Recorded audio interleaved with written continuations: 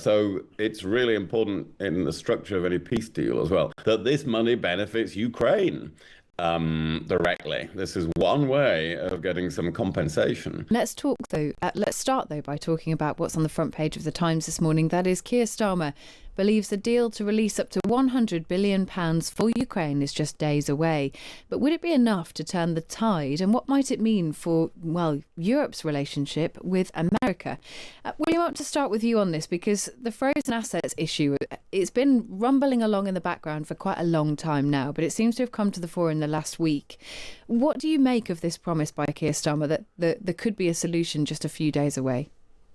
Well, that is encouraging. They're clearly not there yet. And there is this big problem people will have read about with Belgium, because most of the frozen assets are held in Belgium because the European clearing system is in Euroclear, is in Belgium. And that's where those assets were passing through there when the war started.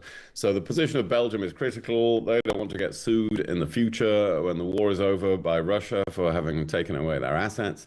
So a deal is being discussed where other countries somehow either guarantee it for Belgium or join in various financial assurances to Belgium. Some of these assets are held in the UK as well. So it's encouraging because I think this is quite pivotal in all the negotiations that are going on now for two reasons. One is that Ukraine needs the money. It needs the credit, as it were, to keep going in desperately difficult financial circumstances over the next year if the war continues. And secondly, even if there was a peace deal, these assets are really important because in the 28-point draft that was released a couple of weeks ago between the US and Russia, these assets were being carved up effectively between the Americans and the Russians. And so it's really important in the structure of any peace deal as well that this money benefits Ukraine directly. This is one way of getting some compensation from Russia to Ukraine for all the atrocities and damage that has been caused. And Kezia, that takes us on to the second element of this, which is beyond the peace negotiations, beyond the money for Ukraine, as William says there, that is desperately needed, however you look at this. It takes us to the problem of the relationship between America and Europe at the moment, because there was this meeting of allies in Downing Street yesterday that Keir Starmer hosted. Donald Trump's response to that so far appears to have been retweeting an article which essentially says that Europe is irrelevant, it's impotent in this negotiation process. Where do you think the relationship between America and Europe stands at the moment? Well, we're largely being brushed aside, are we not? So in addition to the points that, Williams made about the importance of this £100 billion to reparations and the future of Ukraine, it also represents leverage from Europe's perspective. It's what makes Europe relevant in the peace negotiations, which for the large part of the past couple of months have really been bypassed entirely in Europe and have been done over the heads of Europe by America and Russia, often without Ukraine even being involved in those conversations. So I think the £100 billion represents Europe's attempt to force itself back into this conversation, which is critical because, of course, Europe understands how important it is that Ukraine doesn't cede any territory as part of any peace negotiation deal. William, is it time for the Europeans to just accept that Donald Trump is actually not interested anymore and to say that publicly and make decisions based on that now? No, because, of course, he does change his views sometimes, and he is influenced by pressure and argument. He's clearly coming at this from a very different point of view.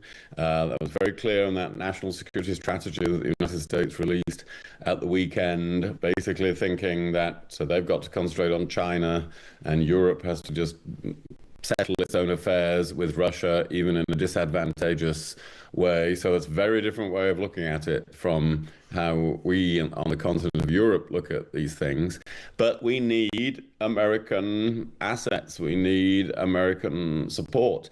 Although financially, it's possible for Europe to sustain Ukraine if the deal was done on those frozen assets. What do you do with that money? You need to buy American weapons because Europe hasn't kept up. And so it's still very difficult to fight a war in Europe without the United States supporting it. And they've got to try to influence Trump. But in the longer term, it's yet another wake up. We've had so many wake up calls in Britain and Europe for Britain and Europe now that alarm clocks are lying all over the bed. That they are. It really is important for us to develop more our own defenses, our own technology. We've had a free ride for far too long. But you've identified the paradox there, William, which is that in order to produce the weapons for Ukraine, we need America's support. But the fact of trying to keep in with America actually might well stop anything positive happening, because America is in hock to Russia to a certain level. It doesn't care about Ukraine. It doesn't actually even want these assets to be unfrozen. So by trying to ride the two horses of European independence and America, we actually end up with just prolonging this war forever, because America's never going to come on board sufficiently strongly to bring it to an end. But by trying to keep in with America, we can't end it either. Well, this is absolutely the paradox. This is well put. What is really needed to end the war is very strong US support for Ukraine. But again, that doesn't mean you can give up. It's often the case throughout history that in foreign affairs you do have to ride two horses, and you do have to find the way through the paradox. And it certainly isn't the way through that just to abandon all hope of working with America, nor is it the way through that to now give up on Ukraine with all the, because that's only going to cost us more and lead to huge refugee flows and embolden Putin in the future.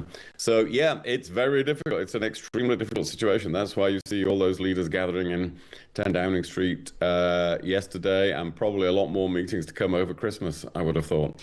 Kezia, one of the areas of this that isn't very difficult, and William just articulated it very clearly there, is the ability to see that the UK and other European nations have not kept pace when it comes to developing our own capabilities, our own defence capabilities.